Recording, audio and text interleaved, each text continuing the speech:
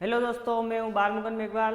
त्रिनेत्र के digital platform पे आपका स्वागत करता हूं। आज अपन पढ़ते हैं मौसम एवं जलवायु में मौसम के अवयव। क्या पढ़ते हैं? मौसम के अवयव। टॉपिक अपना है मौसम के अवयव।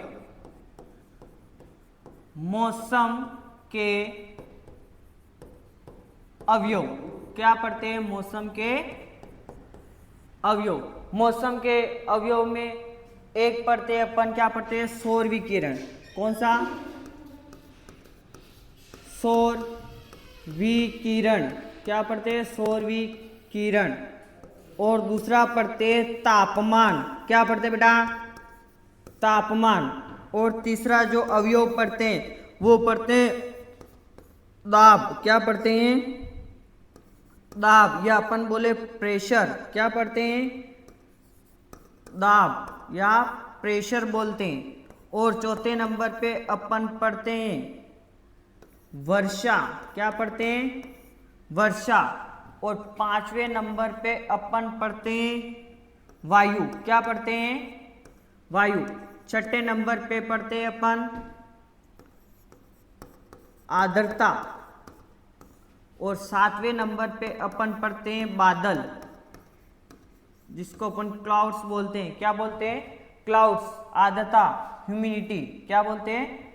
ह्यूमिडिटी। सबसे पहले अपन फर्स्ट नंबर डाल के लिखते हैं सौर विकिरण। क्या लिखते हैं?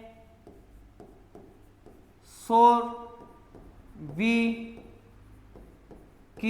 सौर विकिरण, इसको बोलते हैं सोलर रेडिएशन। Solar radiation. क्या बोलते हैं? सोलर रेडिएशन कहा जाता है। सौर विकिरण या सोलर विकिरण कहा जाता है। अब सौर विकिरण होती क्या है? ये जो सूर्य से जो किरणें आती है, सूर्य से जो किरणें आती है पृथ्वी पर, उससे जो ऊर्जा प्राप्त होती है उसी को अपन बोलते हैं सोलर विकिरण। क्या बोलते हैं? सोलर विकिरण। अब इनका स्रोत जो होता है, सबसे पहले अपन बात करें इसका स्रोत। जो स्रोत जो होता है वो होता है सूर्य। क्या होता है? इनका स्रोत जो होता है वो सूर्य होता है। सूर्य से जो ये किरणें आ रही है पृथ्वी पे, सूर्य से जो ये किरणें पृथ्वी पे आ रही है, पृथ्वी पे जो सूर्य से जो किरणें आती है पृथ्वी पे, उन किरणों को पहुंचने में जो समय लगता है वो समय कितना लगता है बेटा? वो समय लगता है 8 मिनट 20 सेकंड। कितना लगता है? 8 मिनट 20 सेकंड। या अपन 500 सेकंड भी लिख सकते हैं। कितने बेटा? 500 सेकंड भी लिख सकते हैं इसको। 500 सेकंड भी लिख सकते हैं इसको।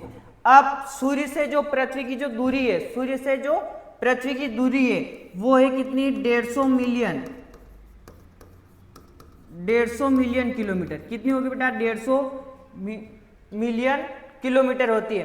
अब सूर्य से जो ऊर्जा पृथ्वी पर आ रही है उसको अपन मापते हैं सोलर स्थिरांक में। किसमें मापते हैं? सोलर स्थिरांक में। सोलर स्थिरांक।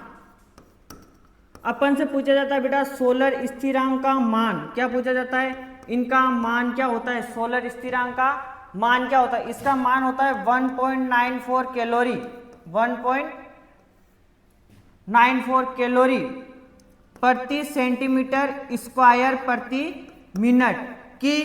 जो 1.94 कैलोरी जो ऊर्जा आई है वो आई है कितने मिनट में आई है, और कितनी सेंटीमीटर स्क्वायर आई है, कितने सेंटीमीटर स्क्वायर में आई है, उसी को अपन बोलते हैं सोलर स्थिरांक। क्या बोलते हैं? सोलर स्थिरांक। या इसको अपन वोल्ट में लिखते हैं तो लिख देते हैं 1353 वोल्ट। 1353 वोल्ट प्रति मीटर स्क्वायर। 1353 वोल्ट प्रति मीटर स्क्वायर। अपन अगर बात करें कि बेटा जो सर्वाधिक प्रकाश संश्लेषण होता है, कि सर्वाधिक जो प्रकाश संश्लेषण होता है, प्रकाश संश्लेषण जो होता है, सर्वाधिक प्रकाश संश्लेषण जो होता है वो होता है बेटा लाल रंग पे। किस रंग पे होता है? लाल रंग पे सर्वाधिक प्रकाश संश्लेषण होता है। अब अपन बात करें सूर्य से जो किरणें आती है, सूर्य से जो किरणें आती है उसको किसके द्वारा मापा जाता है? उसको मापा जाता है पायरोहेलियोमीटर के द्वारा। किसके द्वारा मापा जाता है? पायरोहेलियोमीटर द्वारा। किसके द्वारा मापा जाता है? पायरोहेलियोमीटर के द्वारा मापा जाता है। जो सौर विकिरण को किसके द्वारा मापा जाता है? पायरोहेलियोमीटर के द्वारा मापा जाता है। अब सर्वाधिक जो प्रकाश का परावर्तन होता है, सर्वाधिक जो प्रकाश का परावर्तन होता है,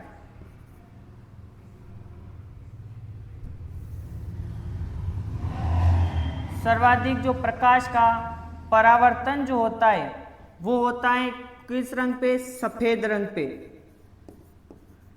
सफेद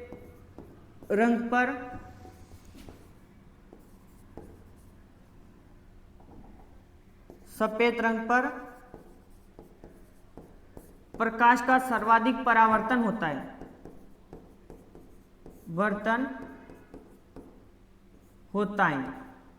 सफेद रंग पर सर्वाधिक प्रकाश का परावर्तन होता है। यही काले रंग की बात करें,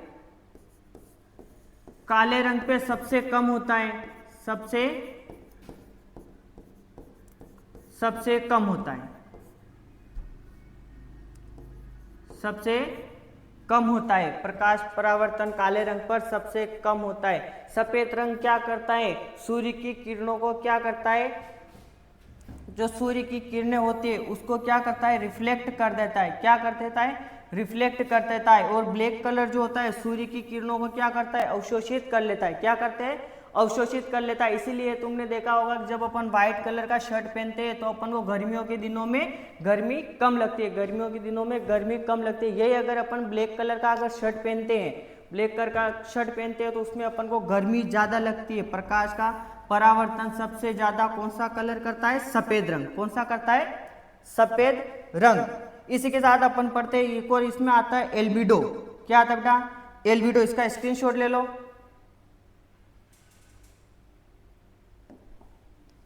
अपन पढ़ते हैं एल्बिडो।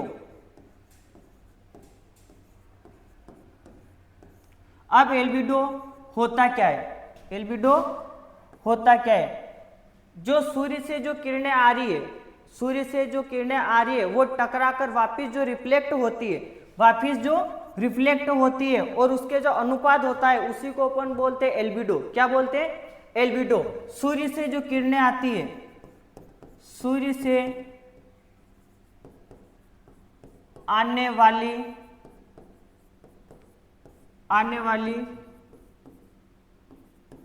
किरणें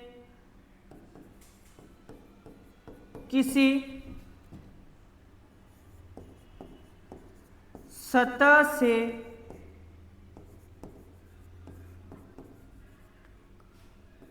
टकराकर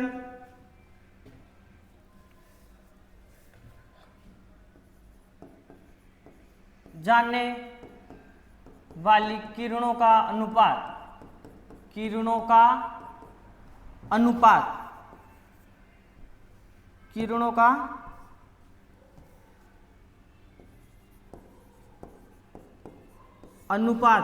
को अपन क्या बोलते हैं? एल्बिडो।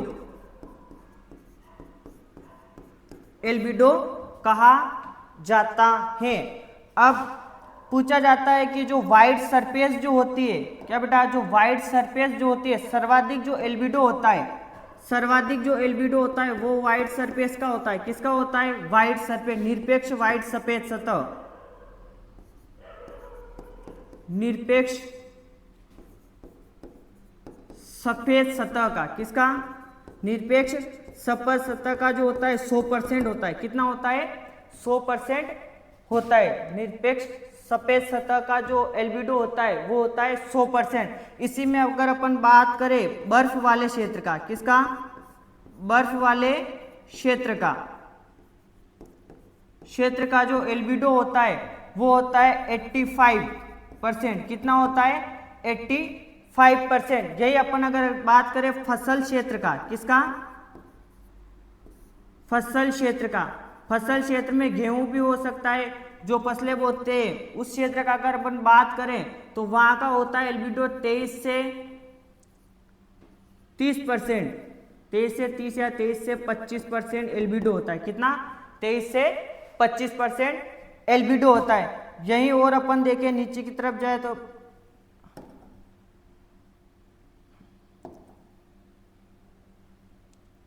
जो चारकोल होता है,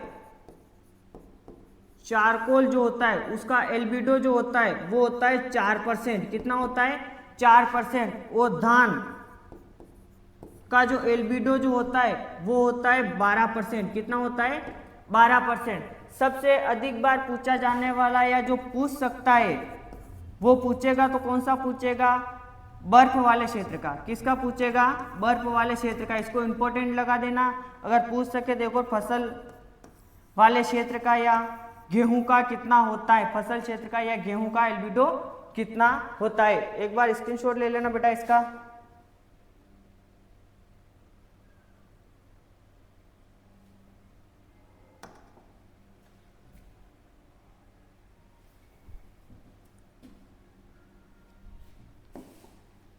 अपन बात करें प्रकाश संश्लेषण, प्रकाश संश्लेषण,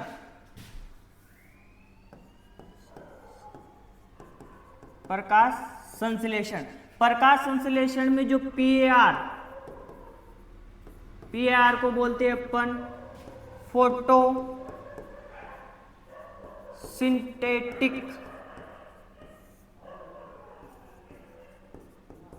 एक्टिव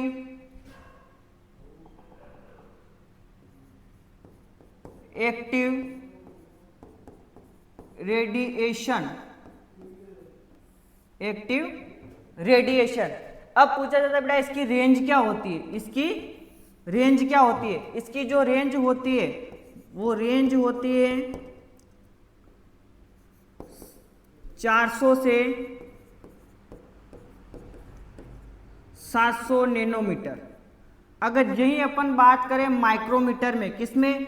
माइक्रोमीटर में 0.4 से 0.7 माइक्रोमीटर होती है। कितनी होती है? 0.7 माइक्रोमीटर होती है। अपन सेकंड नंबर पे पढ़ते हैं तापमान। क्या पढ़ते हैं? तापमान। अब तापमान होता कि किसी पदार्थ में उपस्थित ऊष्मा की मात्रा को अपन तापमान में व्यक्त करते हैं या उसी को अपन क्या बोलते हैं? तापमान।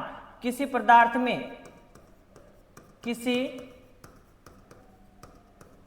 में उपस्थित ऊष्मा की मात्रा को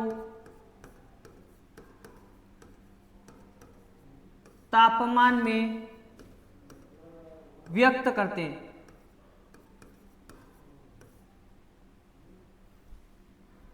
तापमान में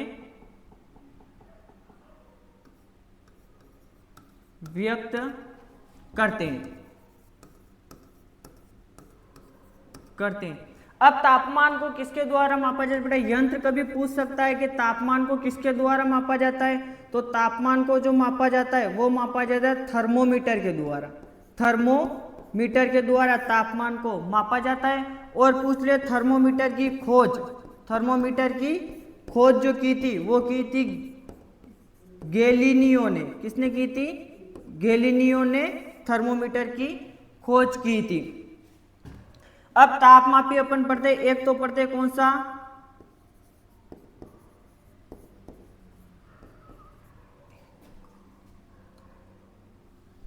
अधिकतम तापमापी। कौन सा पढ़ते हैं? अधिकतम या उच्चतम? उच्चतम तापमापी। उच्चतम तापमापी। जो उच्चतम तापमापी होता है उसमें भरा रहता है पारा। क्या भरा रहता है? पारा। क्या भरा रहता है बेटा? पारा। पारा भरा होता है उच्चतम तापमापी में। और जो उच्चतम तापमान जो मापा जाता है, या इसको बोलते हैं अपन अधिकतम तापमान, क्या बोलते हैं, अधिकतम तापमापी भी कहा जाता है इसको,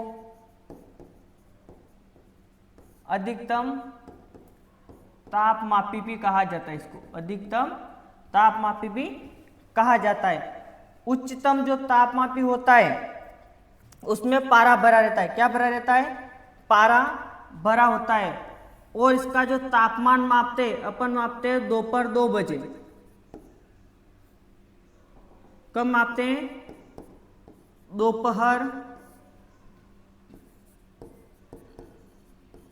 2 बजे। और इसकी जो रेंज होती है, इसकी जो रेंज होती है, इसकी जो रेंज होती है वो होती है -35 से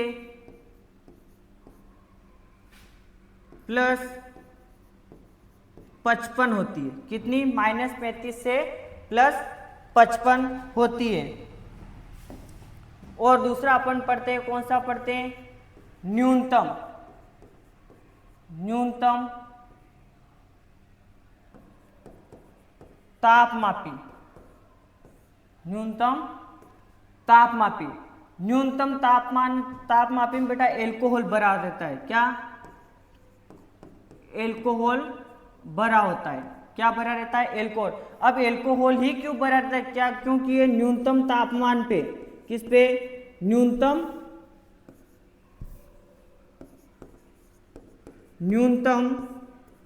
तापमान पर जमता नहीं है। क्या नहीं होता है बेटा, न्यूनतम तापमान पर जमता नहीं है, न्यूनतम तापमान पर जमता नहीं है, एल्कोहल न्यूनतम तापमान पर जमता नहीं है। और इसकी रेंज जो होती है, रेंज जो होती है वो होती है 40 से -40 से +50 होती है, -40 से +50 इसकी क्या होती है, रेंज होती है। और इससे जो तापमान मापा जाता है, इससे जो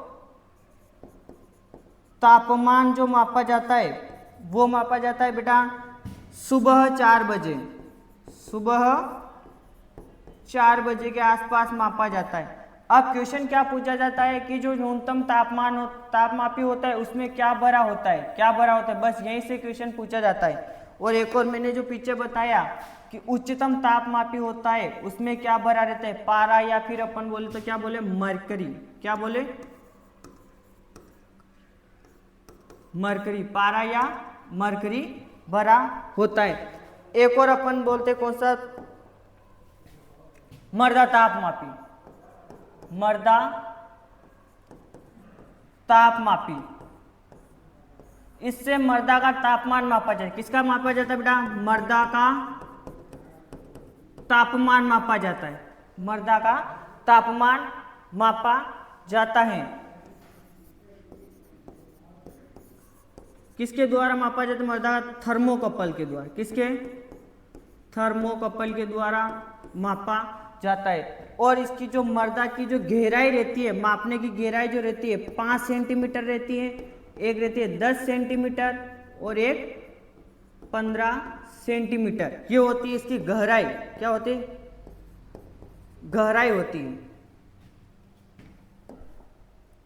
अब अपन पढ़ते हैं इसमें क्या पढ़ते हैं, बेस टेम्परेचर क्या होता है या कोऑर्डिनल तापमान क्या होता है। बेस टेम्परेचर कौन सा, बेस तापमान, बेस तापमान की बोले तो जो पौधे की वृद्धि के लिए, पौधे की वृद्धि के लिए वह न्यूनतम तापमान, न्यूनतम तापमान जो जिस पर क्या होते हैं पौधे की वृद्धि प्रभावित होती है, क्या होती है, पौधे की वृद्धि प्रभावित होती है, पौधे की वृद्धि प्रभावित होती है, या अपन बोले कि पौधे की वृद्धि क्या होती है, रुक जाती है, पौधे की वृद्धि रुक जाती है, उसी को अपन बोलते हैं बेस टेम्परेचर, क्या बोलते हैं, बेस टेम्परेचर बोलते हैं। जैसे अपन कहे कि जो रबी की जो फसलें होती है, कौन सी बेटा, रबी सीजन की, रबी सीजन की जो फसलें होती है उनके लिए जो बेस टेम्परेचर जो रहता है वो रहता है 4 डिग्री सेल्सियस। कितना रहता है? 4 डिग्री सेल्सियस। वहीं अगर अपन बात करें खरीफ की फसलों के लिए अगर बात करते हैं तो वो रहता है कितना? 10 डिग्री सेल्सियस। कितना रहता है? 10 डिग्री सेल्सियस। इन 4 डिग्री सेल्सियस या 10 डिग्री सेल्सियस से नीचे अगर तापमान जाता है या यहाँ पे 10 डिग्री के आसपास अगर टेम्परेचर जाता है तो खरीफ की जो फसलें होती है उसकी वृद्धि रुक जाती है, उनकी वृद्धि रुक जाती है। उसी को अपन बोलते हैं बेस टेम्परेचर। क्या बोलते हैं? Base temperature. एक और अपन पढ़ते हैं कौन सा? कोऑर्डिनल तापमान। कौन सा पढ़ते हैं? कोऑर्डिनल तापमान। पौधे की वृद्धि या पौधे की वृद्धि के लिए वह न्यूनतम तापमान, पौधे की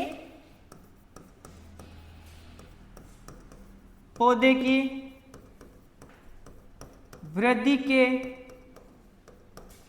लिए न्यूनतम, अधिकतम और उपयुक्त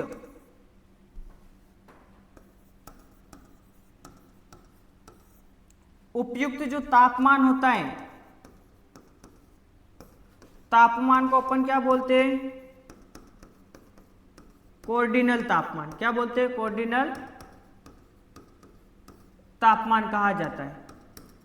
अब कोऑर्डिनल तापमान जो रबी फसलें होती है और जो खरीफ सीजन की जो फसलें होती है उनके लिए, दोनों के लिए अलग अलग जो होता है बेटा।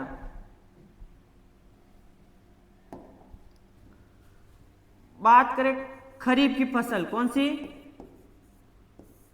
खरीफ की फसल। और इधर अपन लिखते हैं रबी सीजन की। किस सीजन की? रबी सीजन की फसलें। फर्स्ट में लिखते हैं अंकुरण के लिए। अंकुरण के लिए, वृद्धि के लिए,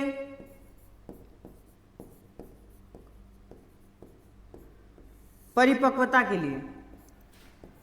अंकुरण के लिए देखें तो 30 से 35 डिग्री सेल्सियस। कितना रहता है? 30 से 35 डिग्री सेल्सियस। यहीं वृद्धि के लिए लिखे तो 25 से 30 डिग्री सेल्सियस। और परिपक्वता के लिए 20 से 25 डिग्री सेल्सियस रहता है। यही अगर अपन बात करें रबी सीजन वाली, कौन सी? रबी सीजन वाली, तो अंकुरण के लिए रहेगा 20 से 25 डिग्री सेल्सियस।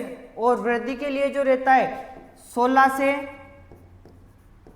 20 degree Celsius. और परिपक्वता के लिए जो रहता है वो रहता है 20 से 25 डिग्री सेल्सियस। इसी को अपन बोलते हैं कोऑर्डिनल तापमान। क्या बोलते हैं?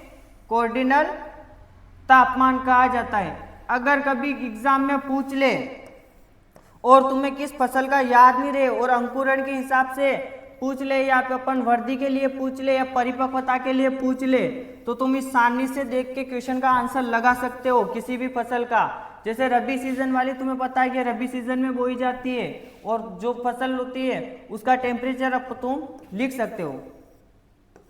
इसका स्क्रीनशॉट ले लो बेटा।